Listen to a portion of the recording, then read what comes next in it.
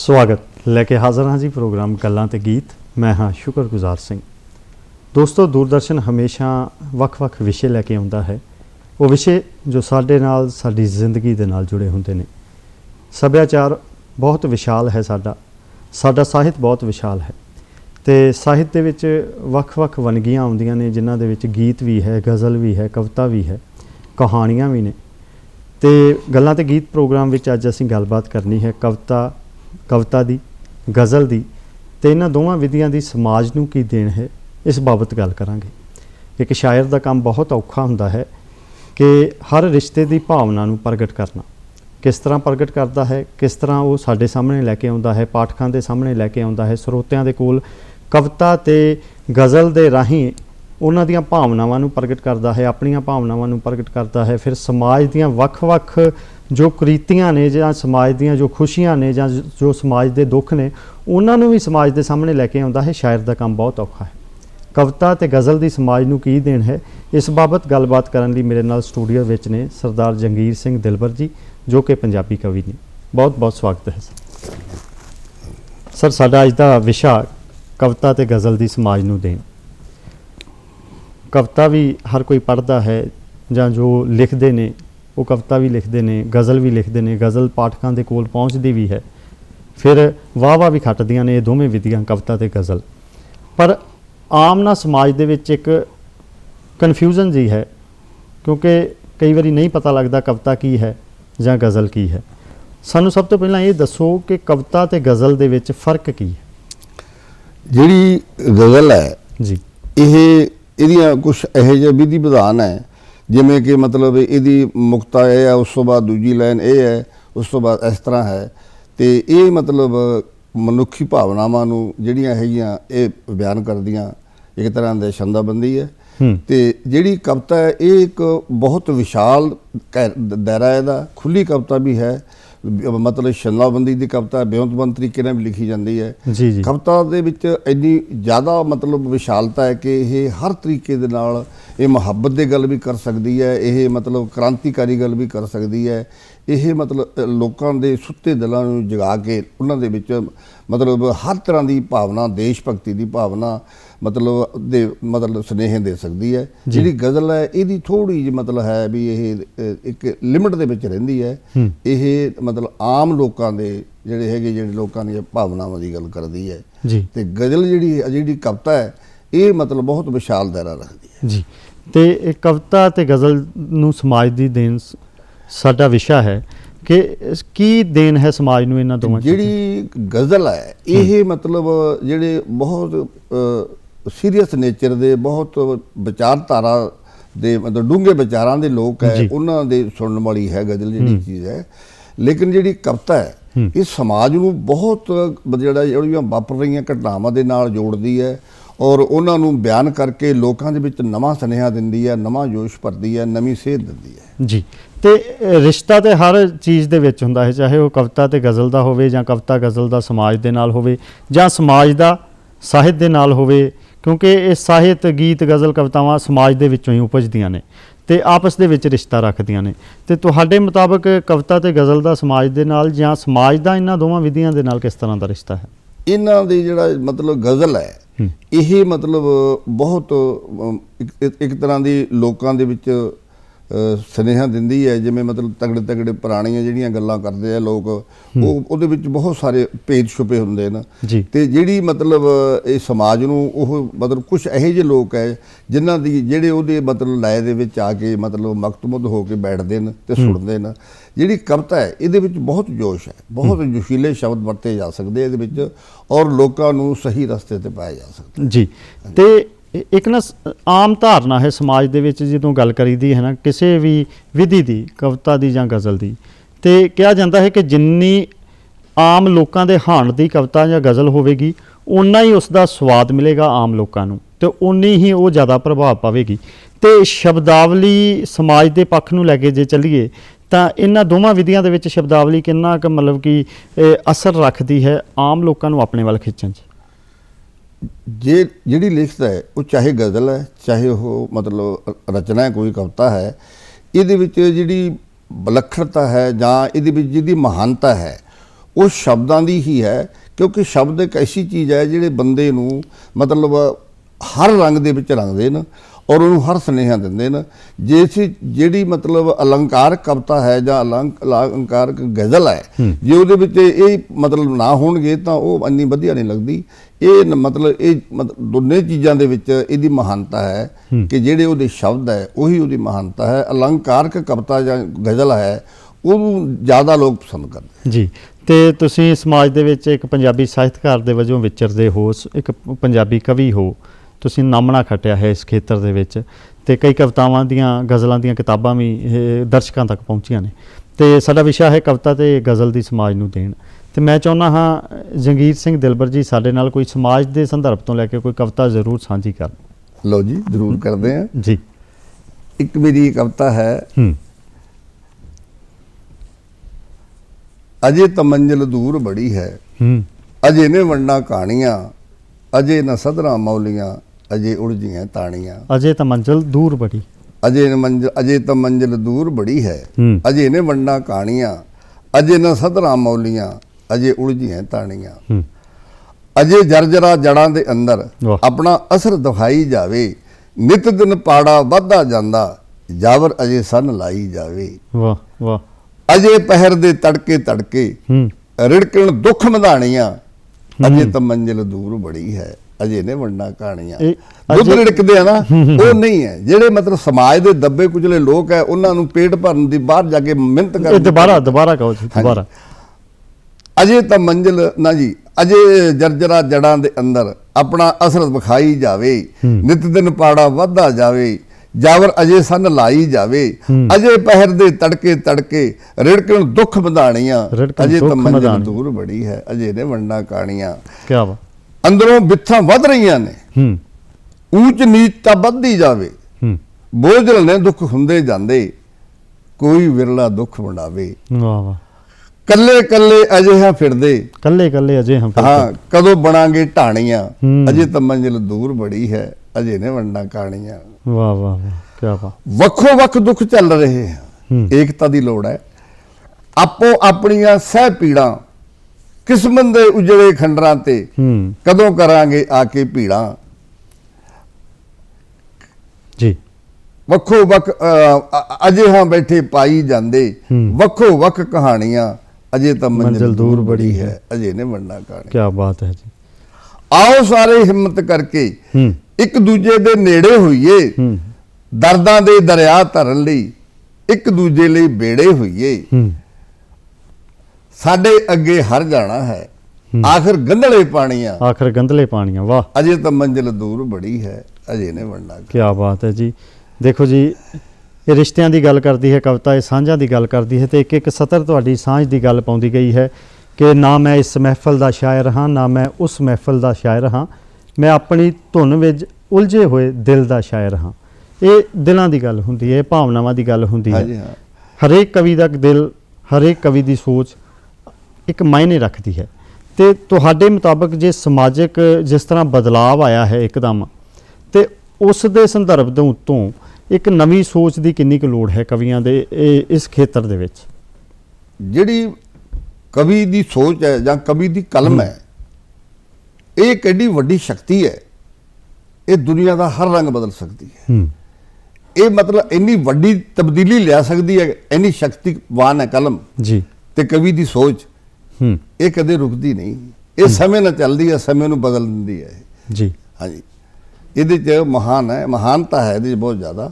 ਇਸ ਕਰਕੇ ਮਤਲਬ ਮੈਂ ਲੇਖਕ ਕਬੀਰਾਂ ਨੂੰ ਔਰ ਦੁਨੀਆ ਦੇ ਬੁੱਧੀਜੀਵੀਆਂ ਨੂੰ ਇਹੀ ਗੱਲ ਕਰਦਾ ਕਿ ਆਪਣੀਆਂ ਕਲਮਾਂ ਨੂੰ ਕਦੇ ਰੁਕਣ ਨਾ ਦਿਓ। ਜੇ ਇਹ ਰੁਕ ਗਿਆ ਤਾਂ ਹਨੇਰਾ ਆ ਜਾਵੇਗਾ ਤੇ ਦੁਨੀਆ ਗਲਤ ਰਾਹ ਪੈ ਜਾਵੇ ਜੀ। ਜਿਸ ਤਰ੍ਹਾਂ ਇੱਕ ਨਾ ਸਮੇਂ ਦੇ ਮੁਤਾਬਕ ਬੜਾ ਬਦਲਾਵ ਆਇਆ ਹੈ ਸਾਡੇ ਸਮਾਜ ਦੇ ਵਿੱਚ। ਜੇ ਜ਼ਿਆਦਾ ਨਹੀਂ ਤਾਂ 10-15 ਸਾਲ ਪਹਿਲਾਂ ਦੀ ਗੱਲ ਕਰ ਲਈਏ ਤੇ ਉਦੋਂ ਦੇ ਸ਼ਾਇਦ ਲੇਖਕਾਂ ਦੀ ਸੋਚਣੀ ਹੋਰ ਸੀ, ਉਦੋਂ ਦੇ ਸ਼ਾਇਦ ਸਰੋਤਿਆਂ ਦੀ ਸੋਚਣੀ ਹੋਰ ਸੀ। ਅੱਜ ਦੇ ਲੇਖਕ ਤੇ ਸਰੋਤੇ ਤੇ ਪੁਰਾਣੇ ਸਮੇਂ ਦੇ ਜਾਂ ਲੇਖਕ ਜਾਂ ਸਰੋਤਿਆਂ ਨੂੰ ਜੇ ਆਪਾਂ ਕੰਪੈਰੀਟਿਵ ਦੇਖਦੇ ਹਾਂ ਤਾਂ ਤੁਸੀਂ ਕੋਈ ਅੰਤਰ ਮਹਿਸੂਸ ਕਰਦੇ ਹੋ, ਚਾਹੇ ਸੋਚ ਦੇ ਵਿੱਚ ਹੋਵੇ, ਚਾਹੇ ਲਿਖਤ ਦੇ ਵਿੱਚ ਹੋਵੇ? ਹੈ। ਪਹਿਲਾਂ ਜਿਹੜੇ ਲੋਕ ਹੁੰਦੇ ਸੀਗੇ ਉਹ ਸਾਫ਼ ਮਨਾਉਂਦੇ, ਸੱਚ ਦੇ ਪਾਂਦੀ, ਸੱਚ ਦੇ ਪਹਿਰੇਦਾਰ ਸੀ, ਤੇ ਉਹ ਜਿਹੀ ਜੀ ਮਤਲਬ ਉਹਨਾਂ ਦੇ ਮਨਾਂ ਦੇ ਅੰਦਰ ਕੋਈ ਮੈਲ ਨਹੀਂ ਸੀ। ਹੂੰ ਜਿਹੜੇ ਅੱਗੇ ਉਹਦੇ ਲਿਖਤਾਂ ਸੀ ਜੀ ਉਹਨਾਂ ਲਿਖਤਾਂ ਦੇ ਵਿੱਚ ਵੀ ਕੋਈ ਬਨਾਵਟੀਪਨ ਨਹੀਂ ਸੀਗਾ। ਹੂੰ ਉਹ ਲਿਖਤਾਂ ਵੀ ਉਹ ਸੀ ਜਿਹੜੀਆਂ ਮਤਲਬ ਕਿਸੇ ਲੇਖਕ ਦੇ ਜਾਂ ਕਵੀ ਦੇ ਅੰਦਰੋਂ ਮਤਲਬ ਆਉਂਦੀਆਂ ਸੀ ਜੀ ਤੇ ਆ ਕੇ ਮਤਲਬ ਆਪਣੇ ਕੇ ਕਲਮ ਦੇ ਰੂਪ ਵਿੱਚ ਉਹ ਮਤਲਬ ਸਿਆਹੀ ਦੇ ਰੂਪ ਵਿੱਚ ਉਹ ਕਿਤਾਬ ਜਾਂ ਮਤਲਬ ਕਹਾਣੀ ਦੇ ਰੂਪ ਵਿੱਚ ਆਉਂਦੀ ਸੀ। ਉਹ ਲੋਕਾਂ ਨੂੰ ਸੁਣਾਉਂਦੇ ਸੀ ਤੇ ਉਹਦੇ ਵਿੱਚ ਮਤਲਬ ਆਨੰਦ ਸੀ। ਜੀ ਜੀ ਲੇਕਿਨ ਅੱਜ ਥੋੜਾ ਜਿਹਾ ਇੱਕ ਸਮਾਂ ਐਸਾ ਆ ਗਿਆ ਇਹਦੇ ਵਿੱਚ ਮਤਲਬ ਬਹੁਤ ਸਾਰੇ ਲੇਖਕਾਂ ਦੀ ਵੀ ਮਜਬੂਰੀਆਂ ਹੁੰਦੀਆਂ ਨੇ, ਕਈ ਵਾਰੀ ਮਤਲਬ ਉਹਨਾਂ ਨੂੰ ਕਰਨਾ ਪੈਂਦਾ ਹੈ, ਲੇਕਿਨ ਮਜਬੂਰੀ ਤੇ ਇੱਕ ਲੇਖਕ ਦਾ ਮੇਲ ਨਹੀਂ ਹੈ। ਪਰ ਫਿਰ ਵੀ ਮਤਲਬ ਇਹ ਹੈ ਵੀ ਅੱਜ ਦੀ ਲਿਖਤ ਤੇ ਪਹਿਲੀ ਲਿਖਤ ਦੇ ਵਿੱਚ ਬਹੁਤ ਜ਼ਿਆਦਾ ਫਰਕ ਹੈ। ਅੱਜ ਦੇ ਵਿੱਚ ਥੋੜਾ ਬਨਾਵਟੀਪਨ ਹੈ, ਪਹਿਲਾਂ ਬਨਾਵਟੀਪਨ ਨਹੀਂ ਹੁੰਦਾ ਸੀ, ਪਹਿਲਾਂ ਬਿਲਕੁਲ ਹੀ ਸਾਫ਼ ਹੁੰਦਾ ਸੀ। ਜੀ ਮਤਲਬ ਕਿ ਸਮੇਂ ਦੇ ਹਾਣ ਦੀ ਕਵਿਤਾ ਸੀ, ਸਮੇਂ ਦੇ ਹਾਣ ਦੀ ਹੈ ਤੇ ਸਮੇਂ ਦੇ ਹਾਣ ਦੀ ਰਹਿਣੀ ਚਾਹੀਦੀ ਹੈ। ਤੇ ਇੱਕ ਨਾ ਜਿਸ ਤਰ੍ਹਾਂ ਤੁਸੀਂ ਮਜਬੂਰੀ ਦੀ ਗੱਲ ਕੀਤੀ ਤੇ ਕਈ ਵਾਰੀ ਕਵੀਆਂ ਜਾਂ ਲੇਖਕਾਂ ਨਾਲ ਗੱਲ ਕਰੀਏ ਤਾਂ ਉਹ ਕਹਿੰਦੇ ਨੇ ਕਿ ਸਾਨੂੰ ਮਤਲਬ ਕਿ ਮਜਬੂਰੀ ਵਸ ਲਿਖਣਾ ਪੈਂਦਾ ਹੈ, ਜੋ ਲੋਕ ਪਸੰਦ ਕਰਦੇ ਨੇ ਸਾਨੂੰ ਉਹ ਲਿਖਣਾ ਪੈਂਦਾ ਹੈ ਤੇ ਇਸ ਕਰਕੇ ਕਈ ਵਾਰੀ ਸਮਾਜਿਕ ਸੰਦਰਭ ਪਿੱਛੇ ਰਹਿ ਜਾਂਦਾ ਹੈ ਤੇ ਉਸ ਦੇ ਵਿੱਚ ਕਈ ਇੱਧਰ ਉੱਧਰ ਦੀਆਂ ਗੱਲਾਂ ਆ ਜਾਂਦੀਆਂ ਨੇ ਤੇ ਉਹ ਕਿੰਨਾ ਕੁ ਠੀਕ ਹੈ ਵੀ ਇਸ ਤਰ੍ਹਾਂ ਦੀਆਂ ਜਦੋਂ ਲਿਖਤਾਂ ਜਿੱਥੇ ਸਮਾਜ ਨੂੰ ਪਿੱਛੇ ਛੱਡ ਦਿੱਤਾ ਜਾਂਦਾ ਹੈ ਤਾਂ ਹੋਰ ਬੰਨੇ ਨੂੰ ਲਿਖਤਾਂ ਲਿਖ ਕੇ ਅੱਗੇ ਆ ਜਾਂਦੀਆਂ ਨੇ। ਮਨੁੱਖ ਸਮਾਜਿਕ ਪ੍ਰਾਣੀ ਹੈ ਜੀ, ਸਮਾਜ ਨਾਲ ਬੱਝਿਆ ਹੋਇਆ ਹੈ। ਜੇ ਉਹ ਸਮਾਜ ਨਾਲੋਂ ਹੀ ਟੁੱਟ ਗਿਆ ਤਾਂ ਉਹਦੇ ਪੱਲੇ ਕੱਖ ਨਹੀਂ ਰਹਿਣਾ ਜੀ, ਔਰ ਉਹ ਪਤਾ ਨਹੀਂ ਕਿਹੜੇ ਮਤਲਬ ਗਲਤ ਰਾਹ ਪੈ ਕੇ ਕਿਹੜੇ ਨਰਕ ਜਾ ਵੜੇ। ਇਸ ਲਈ ਮੈਂ ਲੇਖਕ ਵੀਰਾਂ ਨੂੰ ਫਿਰ ਇਹ ਬੇਨਤੀ ਕਰਦਾ ਕਿ ਸਮਾਜ ਦੇ ਨਾਲ ਜੁੜ ਕੇ ਹੀ ਲਿਖਣਾ ਚਾਹੀਦਾ ਹੈ, ਜਿਹਦੇ ਵਿੱਚ ਸਮਾਜ ਸੁਧਾਰ ਦੀ ਗੱਲ ਆਉਣੀ ਹੀ ਚਾਹੀਦੀ ਹੈ, ਨਾ ਕਿ ਸਮਾਜ ਦੇ ਵਿੱਚ ਕੋਈ ਗਿਰਾਵਟ ਆਉਂਦੀ ਹੈ ਉਹਨੂੰ ਅੱਗੇ ਹੋਰ ਮਤਲਬ ਜ਼ਿਆਦਾ ਬੜਾਵਾ ਦੇਣਾ ਚਾਹੀਦਾ ਹੈ। ਜੀ ਜੀ, ਉਸ ਰੁਕਾਵਟ ਨੂੰ ਰੋਕਣਾ ਚਾਹੀਦਾ ਸਾਨੂੰ। ਜੀ ਤੇ ਕਈ ਵਾਰੀ ਇਹ ਵੀ ਵੇਖਣ ਨੂੰ ਮਿਲਦਾ ਹੈ ਕਿ ਇੱਕ ਗੀਤ ਲਿਖਿਆ ਜਾਂਦਾ ਹੈ, ਇੱਕ ਕਵਿਤਾ ਲਿਖੀ ਜਾਂਦੀ ਹੈ, ਗਜ਼ਲ ਸਾਡੇ ਸਾਹਮਣੇ ਆਉਂਦੀ ਹੈ, ਪਰ ਗੱਲ ਉੱਥੇ ਆ ਜਾਂਦੀ ਹੈ ਜਦੋਂ ਪ੍ਰੋਡਿਊਸਰ ਜਾਂ ਡਾਇਰੈਕਟਰ ਦੀ ਜਾਂ ਕਿਸੇ ਫਾਈਨੈਂਸਰ ਦੀ ਗੱਲ ਆ ਜਾਂਦੀ ਹੈ ਵੀ ਇਸ ਦਾ ਫਿਲਮਾਂਕਣ ਹੋਣਾ ਹੈ, ਇਸ ਕਰਕੇ ਉਸ ਫਲਾਣੇ ਬੰਦੇ ਨੇ ਪੈਸਾ ਲਾਇਆ ਹੈ, ਤਾਂ ਉਸ ਫਿਲਮਾਂਕਣ ਵੀ ਵੱਖਰਾ ਹੋ ਜਾਂਦਾ ਹੈ। ਤੇ ਕਈ ਵਾਰੀ ਕਵਿਤਾ ਜਾਂ ਗੀਤ ਦੇ ਵਿੱਚ ਜਾਂ ਗਜ਼ਲ ਦੇ ਵਿੱਚ ਕਈ ਐਸੀਆਂ ਸਤਰਾਂ ਆ ਜਾਂਦੀਆਂ ਨੇ, ਉਹ ਮਜਬੂਰੀ ਬਸ ਇਹ ਕਵੀ ਕਹਿ ਦਿੰਦੇ ਨੇ ਕਿ ਸਾਨੂੰ ਲਿਖਣੀਆਂ ਪਈਆਂ, ਉਹ ਐਡ ਕਰਨੀਆਂ ਪਈਆਂ, ਤਾਂ ਉਹ ਕਿੰਨਾ ਕੁ ਸਮਾਜ ਨੂੰ ਸੇਧ ਦੇਵੇਗਾ? ਨਹੀਂ, ਉਹ ਸੇਧ ਨਹੀਂ ਦੇ ਸਕਦਾ। ਜਿਹੜੀ ਮਜਬੂਰੀ ਦੇ ਵਿੱਚ ਕੋਈ ਗੱਲ ਕੀਤੀ ਜਾਂਦੀ ਹੈ ਉਹਦਾ ਮਤਲਬ ਉਹਦੇ ਨਿੱਜੀ ਹਿੱਤਾਂ ਨਾਲ ਤਾਂ ਸੰਬੰਧ ਹੈ, ਪਰ ਸਮਾਜ ਨਾਲ ਉਹਦਾ ਕੋਈ ਸੰਬੰਧ ਨਹੀਂ। ਸਮਾਜ ਨਹੀਂ ਚਾਹੁੰਦਾ ਕਿ ਕੋਈ ਬੰਦਾ ਆਪਣੇ ਨਿੱਜੀ ਹਿੱਤਾਂ ਲਈ ਸਮਾਜ ਨੂੰ ਗੁੰਮਰਾਹ ਕਰੇ ਜਾਂ ਸਮਾਜ ਦੇ ਖਿਲਾਫ ਲਿਖੇ। ਸਮਾਜ ਤਾਂ ਉਹੀ ਗੁਲ ਚਾਹੁੰਦਾ ਜੋ ਸਮਾਜ ਦੇ ਵਿੱਚ ਸੁਧਾਰ ਕਰੇ। ਜੀ ਜੀ, ਕਿ ਸਮਾਜ ਇੱਕ ਬਹੁਤ ਵੱਡਾ ਕਨਸੈਪਟ ਹੈ ਜਿਹੜਾ ਕਿ ਮਤਲਬ ਸਾਨੂੰ ਇਹ ਜੀਵਨ ਦੇ ਵਿੱਚ ਸਭ ਕੁਝ ਦਿੰਦਾ ਹੈ। ਜੀ, ਇਹਦੋਂ ਤੋਂ ਟੁੱਟ ਕੇ ਅਸੀਂ ਕੁਝ ਨਹੀਂ ਕਰ ਸਕਦੇ। ਬਿਲਕੁਲ ਜੀ, ਸਮਾਜ ਦੇ ਨਾਲ ਹੀ ਕਵੀਆਂ ਨੂੰ, ਗੀਤਕਾਰਾਂ ਨੂੰ, ਗਜ਼ਲਗੋਆਂ ਨੂੰ ਚੱਲਣਾ ਪਏਗਾ।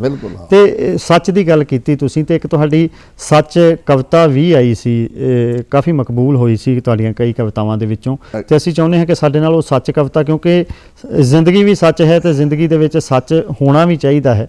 ਰਿਸ਼ਤਿਆਂ ਦੇ ਵਿੱਚ ਸੱਚ ਹੋਵੇਗਾ, ਮਿਠਾਸ ਹੋਵੇਗੀ, ਮੁਹੱਬਤ ਹੋਵੇਗੀ ਤੇ ਉਹ ਅੱਗੇ ਵਧਣਗੇ।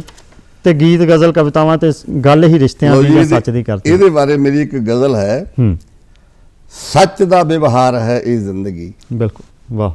ਪੰਛੀਆਂ ਦੀ ਡਾਰ ਹੈ ਇਹ ਜ਼ਿੰਦਗੀ, ਜੇ ਕਿਸੇ ਦੇ ਮੋਹ ਵਿੱਚ ਤੂੰ ਭਿੱਜਣਾ ਨਹੀਂ, ਦੋਸਤਾ ਬੇਕਾਰ ਹੈ ਇਹ ਜ਼ਿੰਦਗੀ। ਜੇ ਕਿਸੇ ਦੇ ਮੋਹ ਵਿੱਚ ਤੂੰ ਭਿੱਜਣਾ ਨਹੀਂ, ਦੋਸਤਾ ਬੇਕਾਰ ਹੈ ਇਹ ਜ਼ਿੰਦਗੀ।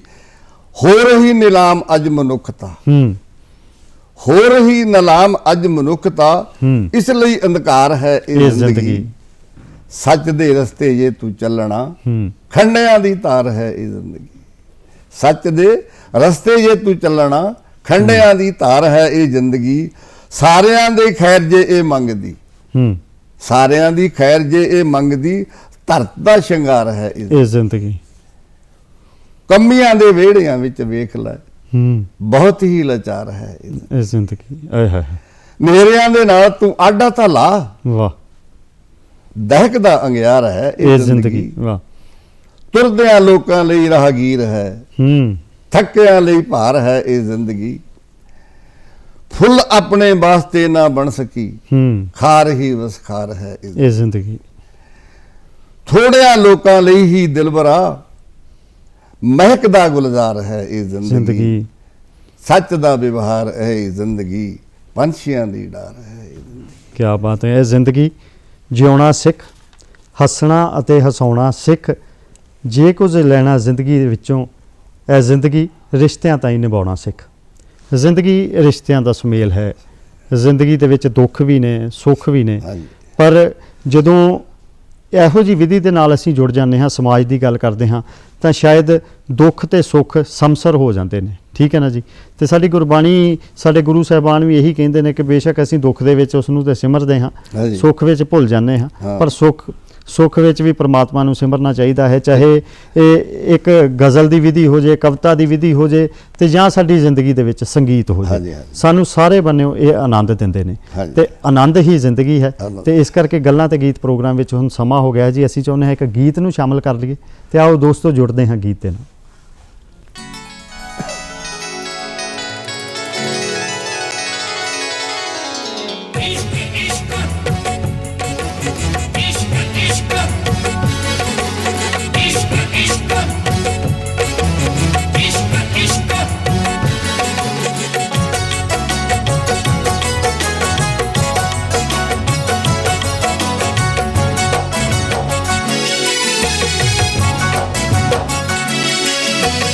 इश्क वाखदा ही तेरा टकरैन भी नहीं देना। इश्क आखदा ही तेरा टकरैन भी नहीं देना। चुप रहन भी नहीं देना ते कुछ कहन भी नहीं देना। इश्क आखदा ही तेरा टकरैन भी नहीं देना। इश्क आखदा ही तेरा टकरैन भी नहीं देना।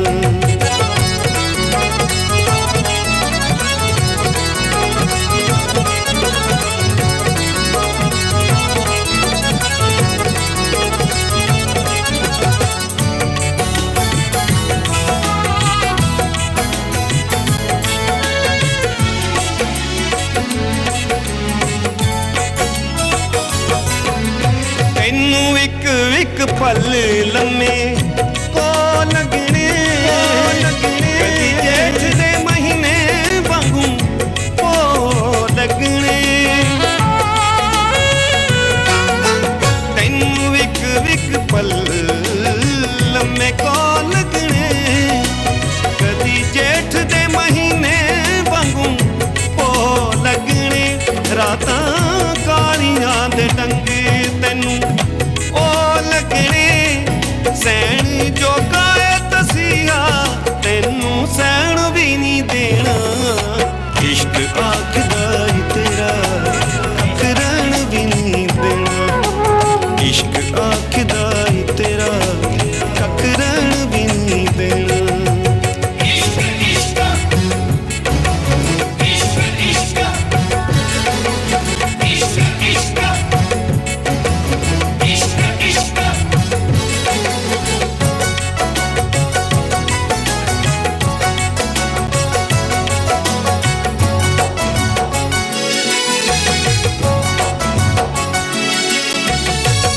हुंदा ए आगाज ते अंजाम रज़ा। कदी तख्त हज़ारे देवे मिट्टी च मिला। चंगा हुंदा ए आगाज ते अंजाम रज़ा। कदी तख्त हज़ारे देवे मिट्टी च मिला। इक मिलदी जुदाई तुझे सख्त सजा जदों चाड़ के सूली दे उतों लैन भी नहीं देना। इश्क आखदा ही तेरा टकरैन भी नहीं देना। इश्क आखदा ही तेरा टकरैन भी नहीं देना। इश्क जी गल्लां ते गीत प्रोग्राम ਵਿੱਚ ਅੱਜ ਅਸੀਂ ਗੱਲਬਾਤ ਕਰ ਰਹੇ ਹਾਂ ਕਵਿਤਾ ਦੀ, ਗਜ਼ਲ ਦੀ ਅਤੇ ਕਵਿਤਾ ਗਜ਼ਲ ਦੀ ਸਮਾਜ ਨੂੰ ਕੀ ਦੇਣ ਹੈ। ਤੇ ਜੰਗੀਰ ਸਿੰਘ ਦਿਲਬਰ ਜੀ ਸਾਡੇ ਨਾਲ ਨੇ। ਇਹ ਜੰਗੀਰ ਸਿੰਘ ਜੀ, ਆਪਾਂ ਕਾਫੀ ਕੁਝ ਇਸ ਗੀਤ ਤੋਂ ਪਹਿਲਾਂ ਕਵਿਤਾ ਤੇ ਗਜ਼ਲ ਦੇ ਬਾਰੇ ਡਿਸਕਸ ਕੀਤਾ, ਸਮਾਜ ਨੂੰ ਕੀ ਦੇਣ ਹੈ ਉਸ ਬਾਰੇ ਵੀ ਗੱਲ ਕੀਤੀ। ਫਿਰ ਵੀ ਬੜਾ ਬਦਲਾਅ ਆਇਆ ਲਗਾਤਾਰ, ਹੈ ਨਾ। ਸਮਾਜ ਦੇ ਵਿੱਚ ਵੀ ਆਇਆ, ਕਵੀਆਂ ਦੇ ਵਿੱਚ ਵੀ ਆਇਆ, ਕਵੀਆਂ ਦੀਆਂ ਲਿਖਤਾਂ ਵਿੱਚ ਵੀ ਆਇਆ, ਸਰੋਤਿਆਂ ਦੇ ਵਿੱਚ ਵੀ ਆਇਆ। ਤੇ ਤੁਸੀਂ ਇਸ ਬਦਲਾਅ ਨੂੰ ਕਿਵੇਂ ਵੇਖਦੇ ਹੋ? ਵੀ ਲਿਖਤਾਂ ਦੇ ਵਿੱਚ ਜੀ, ਇਸ ਲਿਖਤਾਂ ਦੇ ਵਿੱਚ ਇਹ ਵੀ ਜਿਹੜੇ ਪਹਿਲੇ ਸਾਡੇ ਲੇਖਕ ਹੁੰਦੇ ਸੀ, ਇੱਕ ਤਾਂ ਲੇਖਕਾਂ ਦੀ ਗਿਣਤੀ ਬਹੁਤ ਘੱਟ ਸੀ, ਬਹੁਤ ਘੱਟ ਲੋਕ ਲਿਖਦੇ ਸੀਗੇ। ਤੇ ਉਹਦੇ ਵਿੱਚ ਮਤਲਬ ਜਿਹੜੇ ਲੇਖ ਉਹ ਲੇਖ ਲਿਖਦੇ ਸੀਗੇ ਉਹ ਸਮੇਂ ਨਾਲ ਤੁਰਦੇ ਹੋਏ ਉਹਦੇ ਵਿੱਚ ਹਰ ਰੰਗ ਭਰਿਆ ਹੁੰਦਾ ਸੀ, ਸਾਡੇ ਸਮਾਜ ਦੇ, ਸਾਡੇ ਸੰਸਕਾਰਾਂ ਦੇ, ਸਾਡੀ ਸੰਸਕ੍ਰਿਤੀ ਦੇ, ਮਤਲਬ ਜਿੰਨੇ ਵੀ ਉਹਦੇ 'ਚ ਗੁਣ ਹੁੰਦੇ ਸੀਗੇ ਉਹਦੇ 'ਚ ਸਪਸ਼ਟਤਾ ਹੁੰਦੀ ਸੀ, ਸਪਸ਼ਟਤਾ ਦੇ ਨਾਲ ਨਾਲ ਸਵੱਛਤਾ ਹੁੰਦੀ ਸੀ, ਉਹਦੇ 'ਚ ਕੋਈ ਮਿਲਾਵਟ ਨਹੀਂ ਹੁੰਦੀ ਸੀ, ਉਹਦੇ 'ਚ ਕੋਈ ਬਣਾਵਟੀ ਚੀਜ਼ ਨਹੀਂ ਹੁੰਦੀ ਸੀ। ਇਸ ਲਈ ਜਿਹੜੇ ਸਾਡੇ ਸਰੋਤੇ ਲੋਕ ਸੀਗੇ, ਦੇਖਣ ਵਾਲੇ ਲੋਕ ਸੀਗੇ, ਉਹ ਵੱਡੀ ਗਿਣਤੀ ਦੇ ਵਿੱਚ ਉਹਨਾਂ ਲੋਕਾਂ ਨੂੰ ਸੁਣਨ ਜਾਂਦੇ ਸੀ ਜੀ। ਲੇਕਿਨ ਅੱਜ ਜਿਹੜੇ ਸਾਡੇ ਮਤਲਬ ਕਿ ਤਾਂ ਲੇਖਕਾਂ ਦੀ ਗਿਣਤੀ ਵਧੀ ਹੈ ਤੇ ਇੱਕ ਮਤਲਬ ਉਹਦੇ 'ਚ ਇਹਨਾਂ ਜਿਹੜੀ ਹੁਣ ਦੀਆਂ ਲਿਖਤਾਂ ਨੇ ਇਹਨਾਂ ਦੇ ਵਿੱਚ ਇੰਨੀ ਮਤਲਬ ਜਿਹੜੀ ਹੈਗੀ ਨਾ ਉਹ ਮਿਠਾਸ ਨਹੀਂ ਹੈ ਜੀ। ਇਸ ਕਰਕੇ ਲੋਕ ਜਿਹੜੇ ਹੈਗੇ ਨਾ ਮਤਲਬ ਇਹਨਾਂ ਗੱਲਾਂ ਤੋਂ ਦੂਰ ਹੁੰਦੇ ਜਾਂਦੇ ਆ ਜੀ ਜੀ। ਤੇ ਉਹ ਜਿਹੜੀਆਂ ਪਹਿਲਾਂ ਗੱਲਾਂ ਹੁੰਦੀਆਂ ਸੀ ਉਹ ਸਮਾਜ ਨੂੰ ਬਹੁਤ ਕੁਝ ਦਿੰਦੀਆਂ ਸੀ, ਲੇਕਿਨ ਅੱਜ ਇੰਨਾ ਕੁਝ ਨਹੀਂ ਹੈ ਜੀ। ਤੇ ਨਵੇਂ ਸ਼ਾਇਰਾਂ ਨੂੰ ਤੁਸੀਂ ਕਿਸ ਤਰ੍ਹਾਂ ਦੇਖਦੇ ਹੋ, ਨਵੇਂ ਸ਼ਾਇਰਾਂ ਨੂੰ ਕਿਸ ਤਰ੍ਹਾਂ ਪ੍ਰੇਰਿਤ ਕਰਦੇ ਹੋ ਜਾਂ ਉਹਨਾਂ ਪ੍ਰਤੀ ਤੁਹਾਡੇ ਕੀ ਵਿਚਾਰ ਨੇ? ਮੈਂ ਮਤਲਬ ਬਹੁਤ ਸਾਰੀਆਂ ਕਿਤਾਬਾਂ ਦੇ ਵਿੱਚੋਂ, ਮਤਲਬ ਬਹੁਤ ਸਾਰੀਆਂ ਅਖਬਾਰਾਂ ਦੇ ਵਿੱਚੋਂ ਬਹੁਤ ਸਾਰੀਆਂ ਗਜ਼ਲਾਂ ਕਹਾਣੀਆਂ ਪੜ੍ਹੀਆਂ ਹੈ। ਕਈਆਂ ਦੇ ਵਿੱਚ ਨਾ ਮਤਲਬ ਐਂ ਲੱਗਦਾ ਹੁੰਦਾ ਵੀ ਜਿਵੇਂ ਇਹ ਇੱਕ ਨਕਲ ਜੀ ਮਾਰੀ ਹੋਈ ਹੈ, ਮਤਲਬ ਸ਼ਬਦਾਂ ਦੀ ਇੱਧਰ ਉੱਧਰ ਕਰਕੇ ਉਹ ਲਿਖੀ ਹੋਈ ਹੈ। ਪਰ ਮੈਂ ਆਪਣੇ ਮਤਲਬ ਲੇਖਕ ਵੀਰਾਂ ਨੂੰ ਔਰ ਬੇਨਤੀ ਕਰਦਾ ਹਾਂ ਕਿ ਜੋ ਲਿਖਣਾ ਹੈ ਉਹ ਅੰਦਰੋਂ ਲਿਖੋ, ਕਿਉਂਕਿ ਮੈਂ ਪਹਿਲਾਂ ਜਦੋਂ ਮਤਲਬ ਮੈਂ ਸੁਣਦਾ ਹੁੰਦਾ ਸੀ ਨਾ ਕਿ ਬਾਬਾ ਨਾਨਕ ਜੀ ਨੇ ਕਿਹਾ ਵੀ ਮਰਦਾਨਿਆਂ ਰਬਾਬ ਜਾਂ ਤੁਰਕੀ ਬਾਣੀ ਆਈ ਹੈ। ਜੀ ਜੀ ਬਿਲਕੁਲ। ਜਿਹੜੀ ਸਹੀ ਕਵਿਤਾ ਹੈ, ਜਿਹੜੀ ਸਹੀ ਸੋਚ ਹੈ, ਜਿਹੜੀ ਸਹੀ ਸੁਨੇਹਾ ਹੈ, ਉਹ ਤੁਹਾਨੂੰ ਤਾਂ ਇੱਕ ਅਗੰਮੀ ਮਤਲਬ ਉੱਤੋਂ ਇੱਕ ਸੁਨੇਹਾ ਆਉਂਦਾ ਹੈ ਤੇ ਉਹ ਤੁਹਾਡੀ ਰੂਹ ਦੇ ਮਤਲਬ ਅੰਦਰ ਹੋ ਕੇ ਉਹ ਕਲਮ ਦੇ ਵਿੱਚ ਸਿਆਹੀ ਬਣ ਕੇ ਕਾਗਜ਼ ਤੇ ਆਉਂਦਾ ਹੈ। ਉਹਨੂੰ ਅਸੀਂ ਮਠਾਸ ਭਰੀ ਤੇ ਸੱਚ ਦਾ ਸੁਨੇਹਾ ਦੇਣ ਵਾਲੀ ਲਿਖਤ ਕਹਿ ਸਕਦੇ ਹਾਂ। ਜਿਹੜੀ ਬਨਾਵਟੀ ਲਿਖਤ ਹੈ ਜਿੰਨਾ ਮਰਜ਼ੀ ਜ਼ੋਰ ਲਾਈ ਜੋ ਮਰਜ਼ੀ ਕਰੀ ਜਾਓ, ਤੁਸੀਂ ਮੱਥ ਕੇ ਕੋਈ ਗੱਲ ਨਹੀਂ ਲਿਖ ਸਕਦੇ। ਬਣਾ ਕੇ ਨਹੀਂ, ਚਲੋ ਮੈਂ ਹੁਣ ਕਵਿਤਾ ਲਿਖਣ ਲੱਗਿਆ, ਕੋਈ ਕੁਝ ਨਹੀਂ ਕਰ ਸਕਦੇ। ਕਵਿਤਾ ਤੁਹਾਡੀ ਜਦੋਂ ਆਊਗੀ ਉਹ ਤੁਹਾਨੂੰ ਇੱਕ ਇਲਾਹੀ ਬਾਣੀ ਦੀ ਤਰ੍ਹਾਂ ਉੱਤਰੋਂ ਆਊਗੀ। ਉਹ ਸ਼ਬਦ ਇੱਕ ਵਾਰ ਜੇ ਤੁਸੀਂ ਨੋਟ ਕਰ ਲਏ, ਜੇ ਨਾ ਕੀਤੇ ਤਾਂ ਤੁਹਾਨੂੰ ਮੁੜ ਕੇ ਯਾਦ ਨਹੀਂ ਆਉਂਦੇ। ਤੁਸੀਂ ਕਦੇ ਕਿਸੇ ਲੇਖਕ ਦੇ ਵੱਡੇ ਜਿਹੜੇ ਲੇਖਕ ਹੈ ਉਹਨਾਂ ਦੀਆਂ ਜੇਬਾਂ ਫਰੋਲ ਲਓ, ਉਹਨਾਂ ਜੇਬਾਂ ਦੇ ਉੱਤੇ ਮੈਂ ਖੁਦ ਚਿੱਟਾਂ ਦੇ ਉੱਤੇ ਲਿਖਿਆ, ਜਦੋਂ ਤੁਹਾਨੂੰ ਕੋਈ ਬਹਿਰ ਯਾਦ ਆ ਗਈ, ਲਿਖ ਲਈ ਨਿਕਲ ਗਈ, ਉਹਨਾਂ ਦੇ ਚਿੱਟਾਂ ਦੇ ਉੱਤੇ ਲਿਖੇ ਹੋਏ ਜੀ। ਬਿਲਕੁਲ। ਹਾਂਜੀ। ਤੇ ਇੱਕ ਨਾ ਸਮੇਂ ਦੇ ਵਿੱਚ ਜਿਸ ਤਰ੍ਹਾਂ ਬਦਲਾਵ ਦੀ ਗੱਲ ਕਰ ਰਹੇ ਹਾਂ, ਇੱਕ ਸਮਾਂ ਉਹ ਹੁੰਦਾ ਸੀ ਜਦੋਂ ਅਸੀਂ ਸਾਂਝੇ ਪਰਿਵਾਰਾਂ ਦੇ ਤੌਰ ਤੇ ਬੈਠਦੇ ਹੁੰਦੇ ਸਾਂ, ਹਨਾ, ਤੇ ਉੱਥੇ ਵਿਚਾਰਾਂ ਦੀ ਸਾਂਝ ਵੀ ਪੈਂਦੀ ਸੀ ਤੇ ਉਹਦੇ ਨਾਲ ਵੀ ਕਈ ਵਿਚਾਰ ਸਾਡੇ ਮਨਾਂ ਦੇ ਵਿੱਚ ਉਪਜਦੇ ਸਨ ਤੇ ਫਿਰ ਇੱਕ ਨਵੀਂ ਚੀਜ਼ ਸਾਹਮਣੇ ਆਉਂਦੀ ਸੀ। ਪਰ ਉਹ ਸਾਂਝੇ ਪਰਿਵਾਰ ਫਿਰ ਇਕੱਲੇ ਹੋ ਗਏ। ਹੁਣ ਇਹ ਮਾਪੇ ਪਿੰਡ ਰਹਿੰਦੇ ਨੇ, ਸ਼ਾਇਦ ਬੱਚੇ ਸ਼ਹਿਰਾਂ ਦੇ ਵਿੱਚ ਰਹਿੰਦੇ ਨੇ, ਇਸ ਤਰ੍ਹਾਂ ਪਾੜਾ ਹੈ। ਤੇ ਉਹ ਕੀ ਇਹ ਸੱਭਿਆਚਾਰਕ ਜੋ ਬਦਲਾਵ ਆਏ ਨੇ ਜਾਂ ਜੋ ਸਾਡੇ ਪਰਿਵਾਰਾਂ ਦੇ ਵਿੱਚ ਇਕੱਲਾਪਣ ਆਇਆ ਹੈ, ਉਹ ਵੀ ਕਵੀਆਂ ਦੀਆਂ ਲਿਖਤਾਂ ਜਾਂ ਸਰੋਤਿਆਂ ਜਾਂ ਪਾਠਕਾਂ ਦੀ ਸੋਚਣੀ ਦੇ ਉੱਤੇ ਪ੍ਰਭਾਵ ਪਾਈਆਂ? ਹਾਂ, ਇਹਦੇ ਬਾਰੇ ਮੈਂ ਮਤਲਬ ਇੱਕ ਮੇਰਾ ਦੋਸਤ ਸੀਗਾ, ਉਹ ਕਿਤੇ ਬਾਹਰ ਜਾ ਰਿਹਾ ਸੀ ਤੇ ਮਤਲਬ ਉਹ ਮੈਨੂੰ ਕਹਿਣ ਲੱਗਾ ਵੀ ਮੈਨੂੰ ਉਹਨੇ ਪਾਰਟੀ ਕੀਤੀ, ਮੈਂ ਪਾਰਟੀ ਤੇ ਚਲੇ ਗਿਆ ਤੇ ਮੈਂ ਉੱਥੋਂ ਜਾਣ ਤੋਂ ਪਹਿਲਾਂ ਇੱਕ ਆਪਣੇ ਮਤਲਬ ਸੋਚ ਦੇ ਮੁਤਾਬਕ ਪੰਜਾਬ ਦੀ ਤਾਂਘ ਇੱਕ ਕਵਿਤਾ ਲਿਖੀ ਸੀ। ਮੈਂ ਉਹਨੂੰ ਮਤਲਬ, ਹਾਲਾਂਕਿ ਮੈਂ ਬਾਹਰ ਜਾਣ ਦੇ ਖਿਲਾਫ ਹਾਂ, ਮੈਂ ਨਹੀਂ ਚਾਹੁੰਦਾ ਕਿ ਮੇਰੇ ਦੇਸ਼ ਦੇ ਨੌਜਵਾਨ ਮਤਲਬ ਪੀੜ੍ਹੀ, ਜਿਹੜੇ ਮੇਰੇ ਦੇਸ਼ ਦੇ ਮਤਲਬ ਨੌਜਵਾਨ ਬੱਚੇ ਹੈ ਤੇ ਇਹ ਆਪਦੀ ਜਿਹੜੀ ਸਾਰਾ ਹੀ ਮਤਲਬ ਪੈਸਾ ਬਰਬਾਦ ਕਰਕੇ ਇੱਧਰੋਂ ਬਾਹਰ ਚਲੇ ਜਾਂਦੇ ਹੈ। ਮੈਨੂੰ ਇਹ ਗੱਲ ਬਹੁਤ ਫੀਲ ਹੁੰਦੀ ਹੈ। ਮੈਂ ਮਤਲਬ ਲਿਖਦਾ ਵੀ ਹਾਂ, ਸਰਕਾਰ ਨੂੰ ਵੀ ਬੇਨਤੀ ਕਰਦਾ ਵੀ ਇਹਦੇ ਤੇ ਕੋਈ ਬੰਦਿਸ਼ ਲਾਉਣੀ ਚਾਹੀਦੀ ਹੈ। ਆਈਲੈਟਸ ਇਤਨੀਆਂ ਜ਼ਿਆਦਾ ਹੋ ਗਈਆਂ ਕਿ ਹੋਰ ਕੋਈ ਦੁਕਾਨਾਂ ਹੈ ਨਹੀਂ, ਇਹ ਸਾਰੇ ਥਾਂ ਬਣੀਆਂ ਹੋਈਆਂ ਹੈ। ਉਸ ਤੇ ਮੈਂ ਲਿਖਿਆ ਹੈ, ਐ ਵਤਨ ਤੇਰੀ ਇਸ ਮਿੱਟੀ ਵਿੱਚ ਮਿੱਟੀ ਬਣ ਮਿੱਟੀ ਹੋ ਜਾਵਾਂ। ਕਿਆ? ਐ ਵਤਨ ਤੇਰੀ ਇਸ ਮਿੱਟੀ ਵਿੱਚ ਮੈਂ ਮਿੱਟੀ ਬਣ ਮਿੱਟੀ ਹੋ ਜਾਵਾਂ, ਤੇਰੇ ਵਗਦੇ ਦਰਿਆਵਾਂ ਦੇ ਸੀਨੇ ਮੈਂ ਪਾਣੀ ਵਾਂਗ ਸਮੋ ਜਾਵਾਂ। ਵਾਹ। ਅਸੀਂ ਆਉਂਦੇ ਰਹੇ ਹਾਂ ਸਦੀਆਂ ਤੋਂ, ਬਾਹਰੋਂ ਜਿਹੜੇ ਲੋਕ ਆਉਂਦੇ ਆ, ਦਿਲ ਆਪਣੇ ਦੀ ਗੱਲ ਕਹਿਣ ਲਈ, ਤੇਰੇ ਦਰਿਆਵਾਂ ਦੇ ਵਹਿਣਾਂ ਵਿੱਚ ਪਾਣੀ ਦੇ ਵਾਂਗੂ ਵਹਿਣ ਲਈ। ਦਿਲ ਕਰਦਾ ਹੈ ਸਭ ਕੁਝ ਛੱਡ ਕੇ ਮੈਂ ਤੇਰੇ ਦਰ ਤੇ ਆਣ ਖਲੋ ਜਾਵਾਂ। ਐ ਵਤਨ ਤੇਰੀ ਇਸ ਮਿੱਟੀ ਵਿੱਚ ਮਿੱਟੀ ਬਣ ਮਿੱਟੀ ਹੋ ਜਾਵਾਂ। ਪਰਬਤ ਨਦੀਆਂ ਹਰ ਝਰਨੇ ਚੋਂ ਵਗਦਾ ਹੈ ਅੰਮ੍ਰਿਤ ਪਿਆਰਾਂ ਦਾ, ਤੇਰੇ ਭੰਗੜੇ ਗਿੱਧੇ ਗੀਤਾਂ ਚੋਂ ਪਵੇ ਡੁੱਲ ਡੁੱਲ ਰੂਪ ਸ਼ਿੰਗਾਰਾਂ ਦਾ। ਦਿਲ ਕਰਦਾ ਛੱਡ ਬਨਾਵਟ ਇਹ ਮੈਂ ਅਸਲੀ ਤੇਰਾ ਹੋ ਜਾਵਾਂ। ਐ ਵਤਨ ਤੇਰੀ ਇਸ ਮਿੱਟੀ ਵਿੱਚ ਮਿੱਟੀ ਬਣ ਮਿੱਟੀ ਹੋ ਜਾਵਾਂ। ਮੈਨੂੰ ਆਪਣੇ ਪਿੰਡ ਦੀ ਧਰਤੀ ਦਾ ਹੁਣ ਜਦ ਵੀ ਚੇਤਾ ਆਉਂਦਾ ਹੈ, ਮਨ ਟੁੱਟੇ ਪੱਤੇ ਵਾਂਗੂ ਹੀ ਪਰ ਛਿੰਦੇ ਵਿੱਚ ਕਮਲਾਉਂਦਾ ਹੈ। ਵਾਹ। ਤੇਰੇ ਜੰਗਲਾਂ ਦੇ ਵਿੱਚ ਮੈਂ ਆ ਕੇ ਹੂੰ ਮਸਤੀ ਵਿੱਚ ਖੀਵਾ ਹੋ ਜਾਵਾਂ। ਜਾਵਾਂ ਐ ਵਤਨ ਤੇਰੀ ਇਸ ਮਿੱਟੀ ਵਿੱਚ ਮਿੱਟੀ ਬਣ ਮਿੱਟੀ ਹੋ ਹੋ ਜਾਵਾਂ। ਜਾਵਾਂ। ਅਜੇ ਪਹਿਲੀ ਵੰਡ ਦਾ ਦਰਦ ਬੜਾ, ਹੂੰ ਜਿਹੜਾ 47 ਦਾ ਸੀ ਨਾ, ਨਿਕਲੇ ਨਾ ਸਾਡੀਆਂ ਸੋਚਾਂ ਚੋਂ, ਵਾਹ ਅਸੀਂ ਸੰਭਲ ਸੰਭਲ ਕੇ ਚੱਲਣਾ ਹੈ ਇਹਨਾਂ ਬਾਜਾਂ ਚਿੜੀ ਦਬੋਚਾਂ ਤੋਂ। ਵਾਹ ਵਾਹ। ਦਿਲ ਕਰਦਾ ਹੈ ਦਹਲੀਜ ਤੇਰੀ, ਹੂੰ ਪੰਛੀ ਬਣ ਆ ਕੇ ਸੋ ਜਾਵਾਂ। ਜਾਵਾਂ ਐ ਵਤਨ ਤੇਰੀ ਇਸ ਮਿੱਟੀ ਮਿੱਟੀ ਵਿੱਚ ਤੋਂ। ਮਿੱਟੀ ਬਣ ਮਿੱਟੀ ਹੋ ਕੀ ਜਾਵਾਂ। ਬਾਤ ਕੀ ਬਾਤ। ਮੇਰੇ ਪੋਟੇ ਪੋਟੇ ਪਿਆਰ ਤੇਰਾ ਹੂੰ ਬਣ ਯਾਦ ਪੁਰਾਣੀ ਮਹਿਕ ਰਿਹਾ, ਹੂੰ ਮੇਰੀ ਰੂਹ ਦਾ ਪੰਛੀ ਹਰ ਵੇਲੇ ਤੇਰੀ ਦੀਦ ਲਈ ਹੈ ਸਹਿਕ ਰਿਹਾ। ਸਹਿਕ ਰਿਹਾ। ਦਿਲ ਕਰਦਾ ਯਾਦ ਹੈ ਹਰ ਵਿਖਰੀ, ਹੂੰ ਦਿਲ ਕਰਦਾ ਯਾਦ ਜੋ ਹਰ ਵਿਖਰੀ, ਇੱਕ ਲੜੀ ਦੇ ਵਿੱਚ ਪਰੋ ਪਰੋ ਜਾਵਾਂ ਜਾਵਾਂ। ਐ ਵਤਨ ਤੇਰੀ ਇਸ ਮਿੱਟੀ ਵਿੱਚ ਮਿੱਟੀ ਮਿੱਟੀ ਬਣ ਬਣ ਮਿੱਟੀ। ਹੋ ਜਾਵਾਂ। ਬਿਲਕੁਲ ਜੀ, ਇਹ ਸਾਡਾ ਦੇਸ਼ ਮਹਾਨ ਹੈ, ਸਾਡਾ ਸੱਭਿਆਚਾਰ ਮਹਾਨ ਹੈ, ਹਾਂਜੀ, ਹਾਂ। ਸਾਡੇ ਰਿਸ਼ਤੇ ਮਹਾਨ ਨੇ ਹਾਂਜੀ। ਤੇ ਰਿਸ਼ਤਿਆਂ ਦੀ ਬਾਤ ਹਮੇਸ਼ਾ ਪਾਉਂਦੀ ਆਈ ਹੈ, ਗੀਤ ਗਜ਼ਲ ਕਵਿਤਾ ਕਹਾਣੀ ਜਾਂ ਹਾਂਜੀ। ਸਾਹਿਤ ਦੀ ਕੋਈ ਵੀ ਵਿਧੀ ਹੋ ਜਾਵੇ ਹਾਂਜੀ, ਹਾਂਜੀ। ਤੇ ਜ਼ਿੰਦਗੀ ਨਾਲ ਨਾਲ ਚੱਲਦੀ ਹੈ। ਤੇ ਮੈਂ ਗੱਲ ਕੀਤੀ ਸੀ ਕਿ ਜਿਸ ਤਰ੍ਹਾਂ ਲਗਾਤਾਰ ਸਾਡੇ ਪਰਿਵਾਰਾਂ ਵਿੱਚ ਇਕੱਲਾਪਨ ਆ ਰਿਹਾ ਹੈ, ਕਿ ਉਹ ਇਕੱਲੇਪਨ ਨੇ ਵੀ ਸਾਨੂੰ ਪ੍ਰਭਾਵਿਤ ਕੀਤਾ ਹੈ, ਲੇਖਕਾਂ ਨੂੰ ਜਾਂ ਸਰੋਤਿਆਂ ਨੂੰ, ਪਾਠਕਾਂ ਨੂੰ? ਹਾਂਜੀ ਹਾਂ, ਅਸੀਂ ਜੇ ਦੇਖਦੇ ਹਾਂ ਕਈ ਥਾਂ ਮਤਲਬ ਇਹੋ ਜੀ ਤਰਸਯੋਗ ਹਾਲਤ ਦੇਖੀ ਹੈ ਮੈਂ। ਹੂੰ ਮਾਪੇ ਇਧਰ ਤੜਫ ਰਹੇ ਹੈ, ਹੂੰ ਬੱਚੇ ਉਧਰ ਬੇਕਾਰ ਘੁੰਮਦੇ ਨੇ, ਉਹਨਾਂ ਨੂੰ ਕੰਮ ਨਹੀਂ ਮਿਲਦਾ, ਉਹ ਤਰ੍ਹਾਂ ਤਰ੍ਹਾਂ ਦੀਆਂ ਮਿਹਨਤਾਂ ਕਰਦੇ ਆ। ਤੇ ਇਸ ਤਰ੍ਹਾਂ ਮਤਲਬ ਜਿਹੜਾ ਹੈਗਾ ਹੁਣ ਪਰਿਵਾਰਾਂ ਦੇ ਵਿੱਚ ਇਹ ਮਤਲਬ ਅੱਧਾ ਪੰਜਾਬ ਸੁੰਨਾ ਹੋ ਗਿਆ ਤੇ ਅੱਧੇ ਮਾਪੇ ਇਧਰ ਤੜਫ ਰਹੇ ਹੈ, ਬੱਚੇ ਉਧਰ ਜਾ ਰਹੇ ਹੈ।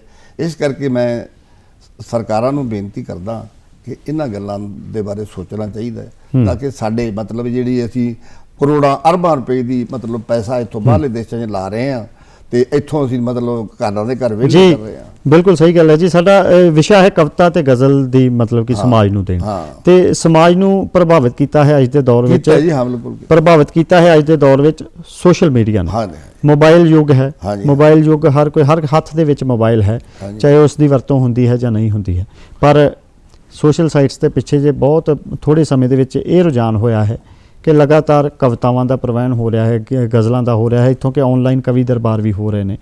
ਤੁਸੀਂ ਸਮਾਜ ਦੇ ਸੰਦਰਭ ਨੂੰ ਲੈ ਕੇ ਤੇ ਆਨਲਾਈਨ ਜੋ ਇਹ ਕਵਿਤਾਵਾਂ ਜਾਂ ਕਵੀ ਦਰਬਾਰ ਹੁੰਦੇ ਨੇ, ਜਾਂ ਲਗਾਤਾਰ ਰੋਜ਼ ਹੀ ਕਵਿਤਾਵਾਂ ਉੱਥੇ ਪਾਈਆਂ ਜਾ ਰਹੀਆਂ ਨੇ, ਉਹਨਾਂ ਨੂੰ ਕਿਵੇਂ ਵੇਖ ਰਹੇ ਹੋ? ਕਿੰਨੇ ਕੁ ਤੁਸੀਂ ਕਹਿੰਦੇ ਹੋ ਕਿ ਉਹ ਠੀਕ ਹੈ, ਜਾਂ ਮਤਲਬ ਕਿ ਉਹਨਾਂ ਦੇ ਵਿੱਚ ਨਿਪੁੰਨਤਾ ਦੀ ਘਾਟ ਹੈ, ਕੋਈ ਮਹਿਸੂਸ ਕਰਦੇ ਹੋ? ਉਹਨਾਂ ਦੇ ਵਿੱਚ ਮਤਲਬ ਬਹੁਤ ਸਾਰੀਆਂ ਤਾਂ ਕੁਝ ਇਹੋ ਜਿਹੀਆਂ ਰਚਨਾਵਾਂ ਹੁੰਦੀਆਂ ਜਿਹੜੀਆਂ ਸਾਡੀ ਰੂਹ ਨੂੰ ਔਰ ਸਾਡੇ ਮਨ ਨੂੰ ਟੱਚ ਕਰਦੀਆਂ ਨੇ, ਔਰ ਅਸੀਂ ਮਹਿਸੂਸ ਕਰਦੇ ਹਾਂ ਵੀ ਇਹ ਠੀਕ ਲਿਖਿਆ ਹੈ। ਕਈ ਉਹਦੇ ਵਿੱਚ ਮਤਲਬ ਇਹ ਜਾਏ ਵੀ ਜਿਵੇਂ ਬਨਾਵਟੀਪਨ ਮਹਿਸੂਸ ਹੁੰਦਾ ਹੈ ਜੀ ਜੀ। ਤੇ ਉਹਦੇ ਵਿੱਚ ਕਈ ਵਾਰੀ ਆਪਾਂ ਮਤਲਬ ਉਹ ਤੇ ਲਿਖਿਆ ਹੁੰਦਾ ਲਾਈਕ ਕਮੈਂਟਸ ਵਗੈਰਾ, ਤੇ ਉਹ ਕਈ ਵਾਰੀ ਰੂਟੀਨ ਹੀ ਬਣਿਆ ਹੁੰਦਾ ਜਿਹਦੇ ਵਿੱਚ ਕੁਝ ਵੀ ਨਹੀਂ ਹੁੰਦਾ ਜੀ। ਉਹਦੇ ਤੇ ਵੀ ਅਸੀਂ ਕਈ ਵਾਰੀ ਲਾਈਕ ਲਿਖ ਦਿੰਦੇ ਹਾਂ। ਤਾਂ ਉਹ ਮਤਲਬ ਉਹ ਰੁਝਾਨ ਇੰਨਾ ਵਧੀਆ ਨਹੀਂ ਹੈ ਜੀ। ਤੇ ਤੁਸੀਂ ਕਿਸ ਵਿਧੀ ਨੂੰ ਪਸੰਦ ਕਰਦੇ ਹੋ? ਕਿਸ ਤਰ੍ਹਾਂ ਦਾ ਲਿਖਣਾ ਜ਼ਿਆਦਾ ਪਸੰਦ ਕਰਦੇ ਹੋ? ਕਵਿਤਾ, ਗਜ਼ਲ? ਗਜ਼ਲ ਔਰ ਕਵਿਤਾ ਜਿਹੜੀਆਂ ਹੈਗੀਆਂ, ਮੈਂ ਪਹਿਲਾਂ ਵੀ ਬੇਨਤੀ ਕਰੀ ਹੈ ਕਿ ਸਾਡੇ ਮਨੁੱਖ ਨੂੰ ਸੇਧ ਦਿੰਦੀਆਂ, ਸਾਡੇ ਜੀਵਨ ਨੂੰ ਸੇਧ ਦਿੰਦੀਆਂ, ਸਾਡੇ ਸਮਾਜ ਨੂੰ ਸੇਧ ਦਿੰਦੀਆਂ ਜੀ। ਇਹ ਜਿਹੜੇ ਕਲਮਧਾਰੀ ਲੋਕ ਹੁੰਦੇ ਆ, ਇਹਨਾਂ ਦੇ ਵਿੱਚ ਬਹੁਤ ਵੱਡੀ ਸ਼ਕਤੀ ਹੈ ਜੀ। ਪਹਿਲਾਂ ਦੇਖੋ ਜਿਹੜੀਆਂ ਕਵਿਤਾ ਦੇ ਵਿੱਚ ਭਗਤ ਸਿੰਘ ਹਰਾਂ ਨੇ ਕਵਿਤਾ ਲਿਖੀਆਂ, ਬੜੇ ਮਤਲਬ ਉਹਨਾਂ ਦੇ ਵਿੱਚ ਇੱਕ ਜੋਸ਼ ਭਰਿਆ। ਬਾਬੇ ਨਾਨਕ ਨੇ ਬੜੀ ਸੇਧ ਦਿੱਤੀ ਆਪਦੀਆਂ ਮਤਲਬ ਜਿਹੜੀਆਂ ਲਿਖੀਆਂ, ਇਨਕਲਾਬ ਲਿਆ ਕੇ ਦੱਸਤਾ ਉਹਨਾਂ ਨੇ। ਬੜੇ ਬੜੇ ਮਤਲਬ ਜਿਹੜਾ ਦੇ ਹੁੰਦੇ ਆ ਮਹਾਨ ਜਿਹੜੇ ਲੋਕਾਂ ਨੂੰ ਜਿਹੜੇ ਮਤਲਬ ਬਹੁਤ ਹੀ ਬਲਵਾਨ ਲੋਕ ਸੀਗੇ, ਉਹਨਾਂ ਨੂੰ ਆਪਣੀ ਕਲਮ ਨਾਲ, ਆਪਣੀ ਕਵਿਤਾ ਦੇ ਰੂਪ ਨਾਲ ਉਹਨਾਂ ਨੂੰ ਮੋੜਤਾ, ਖੁੱਲੇ ਕਰਤਾ। ਇਸ ਕਰਕੇ ਕਵਿਤਾ ਦੇ ਵਿੱਚ ਬਹੁਤ ਵੱਡੀ ਸ਼ਕਤੀ ਹੈ। ਇੱਕ ਕ੍ਰਾਂਤੀਕਾਰੀ ਹਥਿਆਰ ਹੈ ਜਿਹੜਾ ਹਰ ਲੇਖਕ ਨੂੰ ਮਤਲਬ ਸਮੇਂ ਦੇ ਮੁਤਾਬਕ ਵਰਤਣਾ ਚਾਹੀਦਾ ਔਰ ਸਮਾਜ ਨੂੰ ਸੇਧ ਦੇਣੀ ਚਾਹੀਦੀ ਜੀ।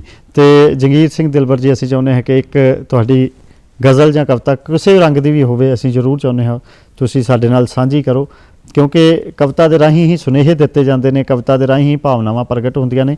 ਗੀਤ, ਗਜ਼ਲ, ਕਵਿਤਾ, ਗੀਤ ਜੋ ਵੀ ਤੁਹਾਡੇ ਮਨ ਦੇ ਵਿੱਚ। ਇਹ ਮੇਰੀ ਜਿਹੜੀ ਮਤਲਬ ਹੈ ਕਵਿਤਾ ਹੈ ਤੇਰੀ ਰੰਗਤ। ਮਤਲਬ ਇਹ ਇੱਕ ਰੱਬ ਦੇ ਰੂਪ ਚ ਵੀ ਹੋ ਸਕਦੀ ਹੈ, ਪ੍ਰਮਾਤਮਾ ਦੇ ਇੱਕ ਮਹਿਬੂਬ ਦੇ ਰੂਪ ਚ ਵੀ ਹੋ ਸਕਦੀ ਹੈ ਜੀ। ਇਹ ਜਿਹੜੀ ਹੈਗੀ ਇਹਦੇ ਵਿੱਚੋਂ ਅੱਜ ਵੀ ਮੈਂ ਦਾਅਵਾ ਕਰਦਾ ਕਿ ਕਿਸੇ ਵੀ ਕਵੀ ਦਾ, ਕਿਸੇ ਵੀ ਫਿਲਮ ਦੁਨੀਆ ਦਾ ਇਹ ਜਿਹੜੇ ਸ਼ਬਦ ਦੇ ਵਿੱਚ ਹੋਣਗੇ ਉਸ ਤੋਂ ਬਾਹਰ ਕੋਈ ਸ਼ਬਦ ਨਹੀਂ ਆਊਗਾ ਜੀ। ਕੋਈ ਵੀ ਮਤਲਬ ਅੱਜ ਮੈਂ ਇਹ ਦਾਅਵਾ ਕਰਦਾ ਇਹਦੇ ਵਿੱਚ ਤੇਰੀ ਰੰਗਤ ਹੈ। ਜਿੱਧਰ ਵੇਖਾਂ ਤੂੰ ਹੀ ਤੂੰ ਹੈ, ਰੂਪ ਤੇਰੇ ਨੇ ਰੰਗ ਵਟਾਏ, ਇੱਕ ਪੁਜਾਰੀ ਪੂਜਾ ਕਰਦਾ, ਦਿਲ ਦੇ ਸਭ ਰਮਾਨ ਮਟਾਏ। ਤੂੰ ਨਦੀਆਂ ਵਿੱਚ, ਤੂੰ ਲਹਿਰਾਂ ਵਿੱਚ, ਹੂੰ ਸਭ ਰੰਗਾਂ ਵਿੱਚ ਤੇਰਾ ਵਾਸਾ, ਹੂੰ ਤੂੰ ਮੇਰੀ ਤਕਦੀਰ ਦੀ ਕਾਦਰ, ਤੂੰ ਹੈ ਗਵੀਆਂ ਖੁਸ਼ੀਆਂ ਹਾਸਾ। ਵਾਹ ਬੱਦਲਾਂ ਵਿੱਚ ਪਰਛਾਈਆਂ ਤੇਰੀ, ਹੂੰ ਪਿਆਰ ਤੇਰੇ ਦਾ ਮੀਂਹ ਪਿਆ ਵਸੇ, ਚੜ੍ਹਦੇ ਸੂਰਜ ਦੀ ਤੂੰ ਲਾਲੀ, ਚੰਨ ਤਾਰੀ ਤੇਰੀ ਰੂਹ ਪਈ ਹੱਸੇ। ਵਾਹ ਉਹਦੀ ਹੋਂਦ ਕਿੱਥੇ ਹੈ? ਬਿਲਕੁਲ ਹਰਿਆਵਲ ਵਿੱਚ ਤੇਰੀ ਰੰਗਤ, ਹੂੰ ਪੰਛੀ ਬੋਲਣ ਤੇਰੀ ਬਾਣੀ, ਵਗਦੀ ਜਿਹੜੀ ਹਵਾ ਸਰੀਲੀ, ਇਸ ਵਿੱਚ ਤੇਰੀ ਪਿਆਰ ਕਹਾਣੀ। ਵਾਹ ਵਾਹ ਫੁੱਲਾਂ ਵਿੱਚ ਖੁਸ਼ਬੂ ਹੈ ਤੇਰੀ, ਹੂੰ ਤੂੰ ਝਰਨਿਆਂ ਦੀ ਸ਼ੀਤਲ ਤਾਰਾ, ਹੂੰ ਬਿਜਲੀ ਜੋ ਤੇਰੀ ਰੂਹ ਪਈ ਲਿਸ਼ਕੇ, ਵਾਹ ਪਰਬਤ ਤੇਰਾ ਇਸ਼ਕ ਮਨਾਰਾ, ਹੂੰ ਤੂੰ ਸਾਗਰ ਦੇ ਗਹਿਰਾਈ ਵਿੱਚ ਹੂੰ ਕਰਦੀ ਰਹਿੰਦੀ ਸਦਾ ਇਸ਼ਾਰੇ, ਹੂੰ ਰਾਤਾਂ ਦੇ ਸੈਨਾਟੇ ਵਿੱਚੋਂ ਤੱਕਾਂ ਰੂਪ ਤੇਰੇ ਦੇ ਅਜਬ ਨਜ਼ਾਰੇ। ਵਾਹ ਚੰਨ ਚਾਨਣੀ ਵਿੱਚੋਂ ਤੇਰਾ ਹੂੰ ਨੂਰ ਪਿਆ ਹੁਣ ਰਿਸ਼ਕਾ ਮਾਰੇ, ਸ਼ਮਾ ਦੀ ਲਾਟ 'ਚ ਤੂੰ ਦਿਸਦੀ ਏ, ਹੂੰ ਇਸ ਲਈ ਪਰਵਾਨਾ ਤਨ ਸਾੜੇ। ਵਾਹ ਵਾਹ ਵਾਹ ਵਾਹ ਸਾਹਾਂ ਅੰਦਰ ਤੇਰਾ ਸੰਗਮ, ਹੂੰ ਖੂਨ ਮੇਰੇ ਦੀ ਤੂੰ ਹੈ ਲਾਲੀ, ਹੂੰ ਤੂੰ ਹੀ ਮੇਰੇ ਦਿਲ ਦੀ ਧੜਕਣ, ਤੂੰ ਹੀ ਰੂਹ ਪਿੰਜਰ ਦੀ ਮਾਲੀ। ਹੂੰ ਚੱਪਾ ਚੱਪਾ ਧਰਤੀ ਉੱਤੇ ਪਾ ਗਈ ਏ ਤੂੰ ਪਿਆਰ ਦਾ ਫੇਰਾ, ਹੂੰ ਦਿਲ ਵਰਗਮ ਦੇ ਸਾਗਰ ਤਰਦਾ, ਇਸ਼ਕ ਤੇਰੇ ਨੇ ਪਾਲਿਆ ਘੇਰਾ। ਵਾਹ ਕੋਈ ਧਰਤੀ ਦੀ, ਕੋਈ ਅਸਮਾਨ ਦੀ, ਕੋਈ ਸਮੁੰਦਰ ਦੀ, ਕੋਈ ਬਿਜਲੀ ਦੀ, ਕੋਈ ਵੀ ਥਾਂ ਨਹੀਂ ਜਿੱਥੇ ਤੇਰਾ ਵਾਸਾ ਨਹੀਂ, ਵਾਸਾ ਨਹੀਂ। ਸਾਰੇ ਬੰਨੇ ਤੂੰ ਵਸਦਾ ਹੈ। ਵਾਕਈ ਇਹ ਗੱਲ ਸੱਚੀ ਹੈ ਕਿ ਦੁਖੀਆਂ ਲਈ ਧਰਵਾਸ ਤੂੰ, ਬੇਆਸੇ ਲਈ ਆਸ ਤੂੰ, ਅੰਬਰ ਧਰਤੀ ਤੂੰ, ਆਕਾਸ਼ ਤੂੰ, ਤੇ ਹਰ ਇੱਕ ਦੀ ਅਰਦਾਸ ਤੂੰ। ਕਿਆ ਬਾਤ। ਅਰਦਾਸਾਂ ਵਿੱਚ ਵੀ ਉਹੀ ਵਸਦਾ ਹੈ, ਆਪੇ ਹੀ ਅਰਦਾਸ ਕਰਦਾ ਹੈ, ਆਪੇ ਹੀ ਅਰਦਾਸ ਕਰਾਉਂਦਾ ਹੈ, ਹਰ ਕਿਸੇ ਦੀ ਮੰਨਤ ਵੀ ਉਹੀ ਪੂਰੀ ਕਰਦਾ ਹੈ। ਕਵਿਤਾ, ਗਜ਼ਲ ਤੇ ਸਮਾਜ, ਅੱਜ ਦੇ ਦੌਰ ਦੇ ਵਿੱਚ ਅਧਿਆਪਕ ਬਹੁਤ ਵੱਡਾ ਰੋਲ ਅਦਾ ਕਰ ਸਕਦਾ ਹੈ। ਇਹ ਬੱਚਿਆਂ ਨੂੰ ਦੱਸ ਸਕਦਾ ਹੈ ਕਿ ਕੀ ਗਲਤ ਹੈ, ਕੀ ਸਹੀ ਹੈ, ਕਿਸ ਤਰ੍ਹਾਂ ਦਾ ਸੁਣਿਆ ਜਾਵੇ, ਕਿਸ ਤਰ੍ਹਾਂ ਦਾ ਲਿਖਿਆ ਜਾਵੇ, ਕਿਸ ਤਰ੍ਹਾਂ ਦਾ ਵੇਖਿਆ ਜਾਵੇ। ਤੁਸੀਂ ਇਸ ਨੂੰ ਕਿੱਦਾਂ ਲੈਂਦੇ ਹੋ? ਮੈਂ ਇਹ ਗੱਲ ਕਹੂੰਗਾ, ਮੈਂ ਵੀ ਕੁਝ ਅਧਿਆਪਕ ਰਿਹਾ ਹੂੰ ਤੇ ਮੇਰਾ ਇੱਕੋ ਹੀ ਮਿਸ਼ਨ ਸੀ ਕਿ ਮੈਂ ਮਤਲਬ ਜਦੋਂ ਕਿਸੇ ਬੱਚੇ ਨੂੰ ਮੇਰੇ ਤੱਕ ਲੋੜ ਸੀ, ਹੂੰ ਮੈਂ ਉਹਨੂੰ ਫਰੀ ਪੜਾਉਂਦਾ ਸੀ। ਜੀ ਜਦੋਂ ਵੀ ਮੇਰਾ ਦਿਲ ਕਰਦਾ ਸੀ ਵੀ ਮੈਂ ਬੱਚਿਆਂ ਨੂੰ ਆਉਂਦੇ ਬੈਠ ਜਾਓ, ਪੜ੍ਹ ਲਓ, ਜਿੰਨਾ ਪੜ੍ਹ ਲਓ, ਕਿਉਂਕਿ ਪੜ੍ਹਾਈ ਵਿਦਿਆ ਇੱਕ ਜ਼ਿੰਦਗੀ ਹੈ ਜਿਹੜੀ ਕਿ ਬੰਦੇ ਨੂੰ ਬਹੁਤ ਅੱਗੇ ਤੱਕ ਲੈ ਜਾਂਦੀ ਹੈ। ਤੇ ਜਿਹੜੇ ਅਧਿਆਪਕ ਹੈ, ਅਧਿਆਪਕ ਤਾਂ ਮਤਲਬ ਇੱਕ ਤਰ੍ਹਾਂ ਦਾ ਜਿਵੇਂ ਅਸੀਂ ਕਹਿ ਸਕਦੇ ਹਾਂ ਵੀ ਆਰਟਿਸਟ ਹੈ, ਹੂੰ ਬੱਚੇ ਦੀ ਲਾਈਫ ਦੇ ਵਿੱਚ ਰੰਗ ਭਰਨ ਵਾਲਾ। ਜੀ, ਉਹ ਬਿਲਕੁਲ। ਅਧਿਆਪਕ ਹੀ ਵਧੀਆ ਬੁਰਸ਼ ਹੈ ਜਿਹੜਾ ਉਹਦੇ ਵਿੱਚ ਰੰਗ ਭਰ ਕੇ ਉਹਦੀ ਜ਼ਿੰਦਗੀ ਨੂੰ ਸੋਹਣਾ ਬਣਾ ਦਿੰਦਾ ਹੈ। ਜੀ। ਤੇ ਇੱਕ ਜਿਹੜਾ ਮਾੜਾ ਅਧਿਆਪਕ ਹੈ ਉਹਨੂੰ ਬਰਬਾਦ ਵੀ ਕਰ ਸਕਦਾ ਹੈ। ਬਿਲਕੁਲ। ਸੋ ਮੈਂ ਅਧਿਆਪਕ ਕਲਾਸ ਦੇ ਵਿੱਚ ਜਾਂ ਅਧਿਆਪਕ ਜਮਾਤ ਨੂੰ ਇਹੀ ਬੇਨਤੀ ਕਰਦਾ ਕਿ ਜਦੋਂ ਤੁਹਾਡਾ ਜਿਹੜਾ ਪੇਸ਼ਾ ਹੈ, ਇਸ ਪੇਸ਼ੇ ਨਾਲ ਜੁੜ ਕੇ ਸਾਡੇ ਬੱਚਿਆਂ ਨੂੰ ਇੱਕ ਨਵੀਆਂ ਸੇਧਾਂ ਦੇ ਕੇ ਇਹ ਸਮਾਜ ਦੇ ਵਿੱਚ ਉਹਨਾਂ ਨੂੰ ਉਡਾਰੀਆਂ ਮਾਰਨਾ ਸਿਖਾਓ ਜੀ। ਤੇ ਵਧੀਆ ਇਨਸਾਨ ਬਣਾਓ। ਅਧਿਆਪਕ ਤੇ ਬੱਚੇ ਦਾ ਜਿਹੜਾ ਰਿਸ਼ਤਾ ਹੈ ਉਹ ਪਹਿਲਾਂ ਤਾਂ ਮਤਲਬ ਸੁਣਦੇ ਸੀ ਵੀ ਮਤਲਬ ਮਾਂ-ਬਾਪ ਵਾਲਾ ਰਿਸ਼ਤਾ ਹੈ, ਬਿਲਕੁਲ। ਕਿਉਂਕਿ ਮਾਂ-ਬਾਪ ਕੋਲ ਬੱਚਾ ਘੱਟ ਰਹਿੰਦਾ, ਸਕੂਲ ਜਾ ਕੇ ਜ਼ਿਆਦਾ ਟਾਈਮ ਲਾਉਂਦਾ ਹੈ, ਇਸ ਕਰਕੇ ਦੋਨਾਂ ਦੀ ਸਾਂਝ ਬਰਾਬਰ ਹੈ। ਮਾਂ-ਬਾਪ ਦਾ ਵੀ ਫਰਜ਼ ਬਣਦਾ ਹੈ ਤੇ ਅਧਿਆਪਕਾਂ ਦਾ ਵੀ ਬਣਦਾ ਜੀ। ਹੈ। ਮਾਂ-ਬਾਪ ਦੀ ਗੱਲ ਚੱਲ ਰਹੀ ਹੈ। ਇੱਕ ਸਮਾਂ ਉਹ ਹੁੰਦਾ ਸੀ ਜਦੋਂ ਅਸੀਂ ਸਕੂਲ ਕਾਲਜ ਪੜ੍ਹਦੇ ਹੁੰਦੇ ਸਨ ਤੇ ਜੇ ਕੋਈ ਕਿਤਾਬ ਪੜ੍ਹਦੇ ਹੋਣਾ ਤੇ ਉਸ ਦੇ ਵਿੱਚ ਕੋਈ ਚੰਗੀ ਗੱਲ ਨਾ ਹੋਣੀ, ਜਾਂ ਕੋਈ ਗੀਤ ਸੁਣਦੇ ਹੋਣਾ, ਜਾਂ ਕੋਈ ਫਿਲਮ ਦੇਖਦੇ ਹੋਣਾ, ਤਾਂ ਮਾਪਿਆਂ ਨੇ ਹਟਾ ਲੈਣਾ ਵੀ ਇਹ ਸਮਾਜ ਦੇ ਹਿੱਤ ਵਿੱਚ ਗੱਲਾਂ ਨਹੀਂ ਨੇ, ਇਹ ਨਾ ਤੁਸੀਂ ਪੜ੍ਹਨੀਆਂ ਨੇ, ਨਾ ਤੁਸੀਂ ਸੁਣਨੀਆਂ ਨੇ, ਨਾ ਤੁਸੀਂ ਵੇਖਣੀਆਂ ਨੇ। ਪਰ ਅੱਜ ਦੇ ਦੌਰ ਵਿੱਚ ਸ਼ਾਇਦ ਮਾਪਿਆਂ ਦੇ ਵਿੱਚ, ਬੱਚਿਆਂ ਦੇ ਵਿੱਚ ਆਪੋ ਆਪਣੇ ਕਮਰੇ ਬਣ ਗਏ ਨੇ। ਪਤਾ ਨਹੀਂ ਹੈ ਕਿ ਕੀ ਪੜ੍ਹਿਆ ਜਾ ਰਿਹਾ ਹੈ, ਕੀ ਲਿਖਿਆ ਜਾ ਰਿਹਾ ਹੈ, ਕੀ ਵੇਖਿਆ ਜਾ ਰਿਹਾ ਹੈ। ਤੁਸੀਂ ਮਾਪਿਆਂ ਦੇ ਰੋਲ ਨੂੰ ਕਿਸ ਤਰ੍ਹਾਂ ਦੇਖਦੇ? ਮੈਂ ਮਾਪਿਆਂ ਦੇ ਰੋਲ ਨੂੰ ਇਹੀ ਕਹਿੰਦਾ ਵੀ ਜਿਹੜੇ ਮਾਪੇ ਜਾਗਦੇ ਰਹਿਣਗੇ, ਜਿਹੜੇ ਮਾਪੇ ਮਹਿਸੂਸ ਕਰਨਗੇ ਕਿ ਮੈਂ ਆਪਣੀ ਜਿਹੜੀ ਮੇਰੇ ਵਾਰਸ ਹੈ ਉਹਨਾਂ ਨੂੰ ਕੁਝ ਬਣਾਉਣਾ ਹੈ, ਉਹਨਾਂ ਨੂੰ ਜਾਗਦੇ ਰਹਿਣਾ ਚਾਹੀਦਾ ਔਰ ਪੂਰਾ ਬੱਚਿਆਂ ਵੱਲ ਧਿਆਨ ਦੇਣਾ ਚਾਹੀਦਾ। ਇਹਦਾ ਮਤਲਬ ਇਹ ਨਹੀਂ ਜੀ ਉਹਦਾ ਕਮਰਾ ਵੱਖਰਾ ਬਣ ਗਿਆ ਤਾਂ ਮਾਪਿਆਂ ਤੋਂ ਦੂਰ ਹੋ ਗਿਆ। ਜੀ। ਮਾਪਿਆਂ ਦਾ ਹੈਗਾ ਕਿ ਉਹ ਆਈ ਮਤਲਬ ਜਿਹੜੀ ਹੈਗੀ ਆਵਾਜ਼ ਅੱਖ ਉਹਨਾਂ ਦੇ ਹੋਣੀ ਚਾਹੀਦੀ ਆਪਦੇ ਬੱਚੇ, ਤਾਂ ਕਿ ਉਹ ਕਿਸੇ ਇਸ ਲਾਈਨ ਤੋਂ ਇੱਧਰ ਉੱਧਰ ਨਾ ਹੋ ਜਾਣ ਤੇ ਉਹ ਇੱਕ ਚੰਗੇ ਸ਼ਹਿਰੀ, ਚੰਗੇ ਮਤਲਬ ਡਾਕਟਰ, ਚੰਗੇ ਇੰਜੀਨੀਅਰ, ਚੰਗੇ ਮਤਲਬ ਪਾਇਲਟ, ਚੰਗੀ ਖੇਤਰ ਦੇ ਵਿੱਚ ਜਾ ਕੇ ਆਪਣੇ ਮਤਲਬ ਆਪਦਾ ਨਾਮ ਨਾ ਖੱਟਣ। ਜੀ। ਤੇ ਸਮਾਜ ਦੇ ਹਿੱਤਾਂ ਨੂੰ ਦੇਖਦੇ ਹੋਏ ਤੁਸੀਂ ਇੱਕ ਕਵੀ ਦਾ ਜਾਂ ਗਜ਼ਲਗੋ ਦਾ ਰੋਲ ਕਿਸ ਤਰ੍ਹਾਂ ਦੇਖਦੇ ਹੋ, ਤੇ ਤੁਸੀਂ ਪਾਠਕਾਂ ਦੇ ਰੋਲ ਨੂੰ ਕਿਸ ਤਰ੍ਹਾਂ ਦੇਖਦੇ ਹੋ? ਜਿਹੜੇ ਪਾਠਕ ਹੈ, ਜੇ ਤੁਸੀਂ ਇੱਕ ਚੰਗਾ ਸਾਹਿਤ ਲਿਖੋਗੇ ਤੇ ਪਾਠਕ ਉਹਨੂੰ ਪੜ੍ਹਨਗੇ ਤੇ ਉਹ ਜਦੋਂ ਤੁਹਾਨੂੰ ਮਤਲਬ ਕਿਸੇ ਵੀ ਰੂਪ ਦੇ ਵਿੱਚੋਂ ਮਿਲਦੇ ਆ, ਜਾਂ ਮਤਲਬ ਟੈਲੀਫੋਨ ਤੇ ਮਿਲਦੇ ਆ, ਜਾਂ ਕਿਤੇ ਵੈਸੇ ਮਿਲਦੇ ਆ, ਤਾਂ ਉਹ ਤੁਹਾਨੂੰ ਇੱਕ ਵਧੀਆ ਸੁਨੇਹਾ ਦੇਣਗੇ ਤੇ ਤੁਹਾਨੂੰ ਉਤਸ਼ਾਹਿਤ ਕਰਨਗੇ ਜੀ ਜੀ ਵੀ ਤੁਸੀਂ ਮਤਲਬ ਬਹੁਤ ਵਧੀਆ ਲਿਖਦੇ ਹੋ ਜੀ। ਲੇਕਿਨ ਹਰ ਖੇਤਰ ਦੇ ਵਿੱਚ ਚੰਗਾਈ ਦੀ ਹੀ ਵਡਿਆਈ ਹੈ। ਜਿਹੜਾ ਬੰਦਾ ਚੰਗਾ ਕੰਮ ਕਰੂਗਾ ਉਹ ਉਤਸ਼ਾਹਿਤ ਵੀ ਹੋਊਗਾ ਤੇ ਅੱਗੇ ਵੀ ਲਿਖੂਗਾ। ਤੇ ਇਸ ਕਰਕੇ ਜਿਹੜੇ ਪਾਠਕ ਹੈ ਉਹ ਮਤਲਬ ਸਾਡੇ ਬਹੁਤ ਨੇੜੇ ਦੇ ਸਾਥੀ ਹਨ, ਜਿਹੜੇ ਸਾਨੂੰ ਇਸ ਲਾਈਨ ਦੇ ਵਿੱਚ ਅੱਗੇ ਤੋਰਨ ਲਈ ਸਾਡੀ ਮਦਦ ਕਰ ਸਕਦੇ ਨੇ। ਤੇ ਤੁਸੀਂ ਆਪਣਾ ਕੀਮਤੀ ਸਮਾਂ ਕੱਢ ਕੇ ਸਾਡੇ ਸਟੂਡੀਓ ਦੇ ਵਿੱਚ ਆਏ, ਜਿੱਥੇ ਅਸੀਂ ਗਜ਼ਲ ਦੀ, ਕਵਿਤਾ ਦੀ ਤੇ ਸਮਾਜ ਦੀ ਗੱਲ ਕੀਤੀ, ਤੇ ਅਸੀਂ ਚਾਹੁੰਦੇ ਹਾਂ ਕਿ ਤੁਸੀਂ ਜਾਂਦੇ ਜਾਂਦੇ ਸਾਡੇ ਦਰਸ਼ਕਾਂ ਨੂੰ, ਸਾਨੂੰ ਕੋਈ ਸੁਨੇਹਾ ਜ਼ਰੂਰ ਦੇ ਕੇ ਜਾਓ। ਇਹ ਮੇਰੀ ਪੁਸਤਕ ਨਵੀਂ ਆਈ ਹੈ ਜੀ, 8ਵੀਂ ਪੁਸਤਕ ਹੈ ਇਹ ਜੀ। ਇਹਦੀ ਹੈ, ਇਹ ਇੱਕ ਮਹਿਬੂਬ ਦਾ ਸ਼ਾਇਰ ਹੈ ਤੇ ਉਹਦੇ ਵਿੱਚੋਂ ਇੱਕ ਲੇਖ ਲੰਘ ਰਿਹਾ ਤੇ ਉਹ ਕਹਿੰਦਾ, ਬੀਤੇ ਦੀਆਂ ਬਾਤਾਂ ਪਾਉਂਦਾ ਤੁਰ ਗਿਆ ਮੈਂ ਤੇਰੇ ਸ਼ਹਿਰ ਚੋਂ, ਆਪੇ ਨੂੰ ਸਮਝਾਉਂਦਾ ਤੁਰ ਗਿਆ ਮੈਂ ਤੇਰੇ ਸ਼ਹਿਰ ਚੋਂ, ਤੁਰ ਅੰਦਰੋਂ ਦਿਲ ਦੇ ਚੁੱਪ ਤੋੜਨ ਦੀ ਕੋਸ਼ਿਸ਼ ਵੀ ਕੀਤੀ, ਤੁਰ ਅੰਦਰੋਂ ਦਿਲ ਨੇ ਚੁੱਪ ਤੋੜਨ ਦੀ ਕੋਸ਼ਿਸ਼ ਵੀ ਕੀਤੀ, ਚੁੱਪ ਦੇ ਹੀ ਗੀਤ ਗਾਉਂਦਾ ਤੁਰ ਗਿਆ ਮੈਂ ਤੇਰੇ ਸ਼ਹਿਰ ਚੋਂ। ਹੁਣ ਦਿਲ ਨੂੰ ਮੁਹੱਬਤ ਜਿੱਤਣ ਦੀ ਲਾਲਸਾ ਹੀ ਨਹੀਂ, ਪਰਪੱਕ ਹੋ ਗਿਆ। ਹੁਣ ਦਿਲ ਨੂੰ ਮੁਹੱਬਤ ਜਿੱਤਣ ਦੀ ਲਾਲਸਾ ਹੀ ਨਹੀਂ, ਦਿਲੋਂ ਆਪੇ ਨੂੰ ਹਰਾਉਂਦਾ ਤੁਰ ਗਿਆ ਮੈਂ ਤੇਰੇ ਸ਼ਹਿਰ ਚ। ਜੀ ਜੀ। ਪਤਾ ਹੀ ਨਾ ਕਹਿ ਰਿਹਾ ਕਦੋਂ ਰੁਕੇ ਮੇਰੇ ਕਦਮ ਤੇਰੇ ਮੋੜ ਤੇ, ਪਤਾ ਹੀ ਨਾ ਰਿਹਾ ਕਦੋਂ ਰੁਕੇ ਮੇਰੇ ਕਦਮ ਤੇਰੇ ਮੋੜ ਤੇ, ਦਿਲ ਦੀ ਅੱਗ ਬੁਝਾਉਂਦਾ ਤੁਰ ਗਿਆ ਮੈਂ ਤੇਰੇ ਸ਼ਹਿਰ ਚ। ਵਾਹ ਵਾਹ। ਅੱਜ ਮੈਂ ਤੁਰਦੇ ਸਮੇਂ ਦੀ ਸੋਚਦਾ ਹਰ ਗਮ ਹੀ ਪੀ ਗਿਆ, ਅੱਜ ਮੈਂ ਤੁਰਦੇ ਸਮੇਂ ਦੀ ਸੱਚ ਦਾ ਹਰ ਗਮ ਹੀ ਪੀ ਗਿਆ, ਰੋਂਦੇ ਪਲਾਂ ਨੂੰ ਹਸਾਉਂਦਾ ਤੁਰ ਗਿਆ ਮੈਂ ਤੇਰੇ ਸ਼ਹਿਰ। ਤਮੰਨਾ ਸੀ ਤੇਰੇ ਨਾਲ ਮਿਲ ਕੇ ਬਸਾਵਾਂਗਾ ਨਵੀਂ ਦੁਨੀਆ, ਮੇਰੀ ਉਮੀਦ ਸੀ, ਤਮੰਨਾ ਸੀ ਤੇਰੇ ਨਾਲ ਮਿਲ ਕੇ ਬਸਾਵਾਂਗਾ ਨਵੀਂ ਦੁਨੀਆ, ਦਿਲ ਦਾ ਦਰਦ ਦਬਾਉਂਦਾ ਤੁਰ ਗਿਆ ਮੈਂ ਤੇਰੇ ਸ਼ਹਿਰ ਚ। ਬਚਪਨ ਤੋਂ ਹੀ ਆਪਣੀ ਜ਼ਿੰਦਗੀ ਦੀ ਉਲਝੇ ਤੰਦਾਂ ਤਾਣੀ, ਬਚਪਨ ਤੋਂ ਹੀ ਆਪਣੀ ਜ਼ਿੰਦਗੀ ਦੇ ਉਲਝੇ ਤੰਦਾਂ ਤਾਣੀ, ਤਾਈ ਅੰਤ ਤੱਕ ਸੁਲਝਾਉਂਦਾ ਤੁਰ ਗਿਆ ਮੈਂ ਤੇਰੇ ਸ਼ਹਿਰ ਚ। ਤੇਰੀ ਗਲੀ ਦੇ ਲੋਕਾਂ ਨੇ ਦੀਵਾਨਾ ਆਸ਼ਕ ਵੀ ਕਿਹਾ ਮੈਨੂੰ, ਇੱਥੋਂ ਪਾਗਲ ਕਹਾਉਂਦਾ ਤੁਰ ਗਿਆ ਮੈਂ ਤੇਰੇ ਸ਼ਹਿਰ ਚ। ਤੇਰੀ ਗਲੀ ਦੇ, ਹਾਂਜੀ, ਜਦੋਂ ਮੇਰੇ ਦੁਖੀ ਦਿਲ ਦੀ ਆਵਾਜ਼ ਕਿਸੇ ਨੇ ਵੀ ਨਾ ਸੁਣੀ, ਆਪੇ ਨੂੰ ਹੀ ਸੁਣਾਉਂਦਾ ਤੁਰ ਗਿਆ ਮੈਂ ਤੇਰੇ ਸ਼ਹਿਰ ਚ।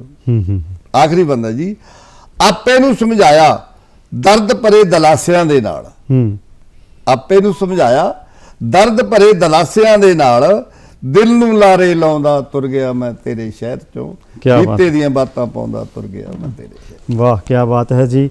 ਇਹ ਅਸੀਂ ਗੱਲਬਾਤ ਕੀਤੀ ਜੰਗੀਰ ਸਿੰਘ ਦਿਲਬਰ ਜੀ ਦੇ ਨਾਲ, ਤੇ ਸਮਾਜ ਕਵਿਤਾ ਦੇ ਰਾਹੀਂ ਸਿਰਜਿਆ ਜਾਂਦਾ ਹੈ, ਗਜ਼ਲ ਦੇ ਰਾਹੀਂ ਸਿਰਜਿਆ ਜਾਂਦਾ ਹੈ। ਤੁਸੀਂ ਸਾਡੇ ਨਾਲ ਜੁੜੇ ਜੰਗੀਰ ਸਿੰਘ ਜੀ, ਤੁਸੀਂ ਆਪਣਾ ਕੀਮਤੀ ਸਮਾਂ ਕੱਢ ਕੇ ਆਏ, ਤੁਹਾਡਾ ਬਹੁਤ ਬਹੁਤ ਧੰਨਵਾਦ, ਬਹੁਤ ਬਹੁਤ ਧੰਨਵਾਦ। ਤੁਸੀਂ ਸੁਨੇਹਾ ये जो कौलो करार है क्या है, ये जो कौलो करार है क्या है, शक है या एतबार है क्या है।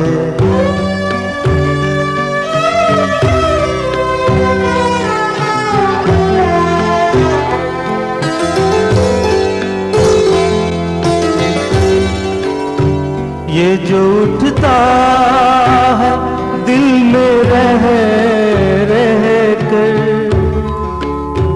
ये जो उठता है दिल में रह कर, अब्र है या गुबार है क्या है, अब्र है या गुबार है क्या है।